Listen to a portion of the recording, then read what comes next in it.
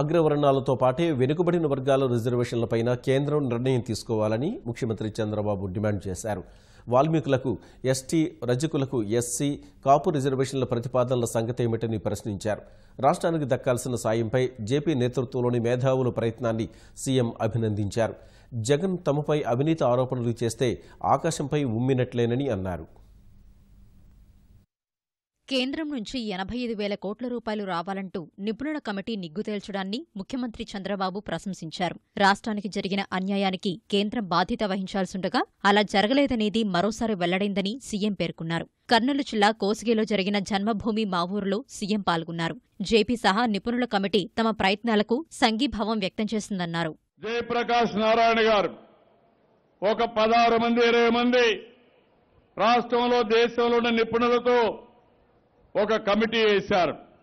ఇంకా 85,000 కోట్ల రూపాయలు మనకివ్వాలని చాలా స్పష్టంగా డిమాండ్ చేశారు. కేంద్రం అన్యాయం చేస్తా ఉంది.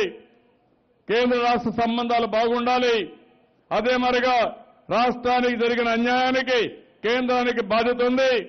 ఇంకా 85,000 కోట్ల రూపాయలు లేకపోతే 75,000 కోట్ల రూపాయలు ఇవ్వాలని చెప్పి చాలా స్పష్టంగా చెప్పాడు. నేను ఆయన్ని అభినందిస్తున్నా, మేధావులను అభినందిస్తున్నా. ఎందుకంటే మన కోసరం సంఘీభావాన్ని తెలియజేశారు. కేంద్రం చేసిన అన్యాయాన్ని గట్టిగా నినదించారు. మరోవైపు ప్రతిపక్ష నేత జగన్ మాత్రం ఏనాడు కేంద్రాన్ని ప్రశ్నించడం లేదని చంద్రబాబు ధ్వజమెత్తారు. కోడికత్తి, సీబీఐ కత్తి తప్ప జగన్కు మరో సమస్య తెలీదని విమర్శించారు. వైకాపా ఆరోపిస్తున్న 6 లక్షల కోట్ల అవినీతి రాష్ట్ర బడ్జెట్ను మించిపోయిందని ఎద్దేవా చేశారు. అదే జగన్మోహన్ రెడ్డి ఎక్కడున్నాడు తమ్ముడు అని మిమ్మల్ని అడుగుతున్నా. ఎప్పుడన్నా ఒక మాట మాట్లాడాలని అడుగుతున్నాను. నిన్న మొన్న చూశారు తమ్ముళ్ళు, 6 లక్షల కోట్ల రూపాయలు అవినీతి జరిగిందంట.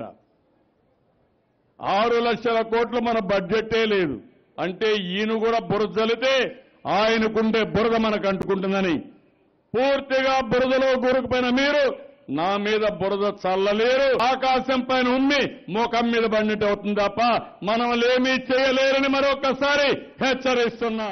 ఎన్నికలు వస్తున్నాయి కాబట్టి కేంద్రం అగ్రవర్గాల పేదలకు రిజర్వేషన్లు ప్రకటించిందన్న సీఎం పెండింగ్లో ఉన్న ప్రతిపాదనల సంగతేంటని ప్రశ్నించారు.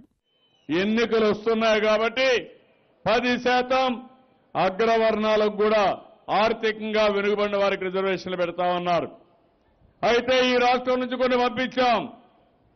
వాల్మీకి మీ అందరికీ గిరిజనులుగా చేర్చమని పంపించాం. కాపులకి రిజర్వేషన్లు ఇమ్మని పంపించాం. రజకుల్ని ఎస్సీల్లో చేర్చాలని పంపించాం. ఇవి కూడా చేయాల్సిన అవసరం ఉంది. ఓసీలకు ఇచ్చినప్పుడు వీళ్ళకు కూడా ఇవ్వాలి.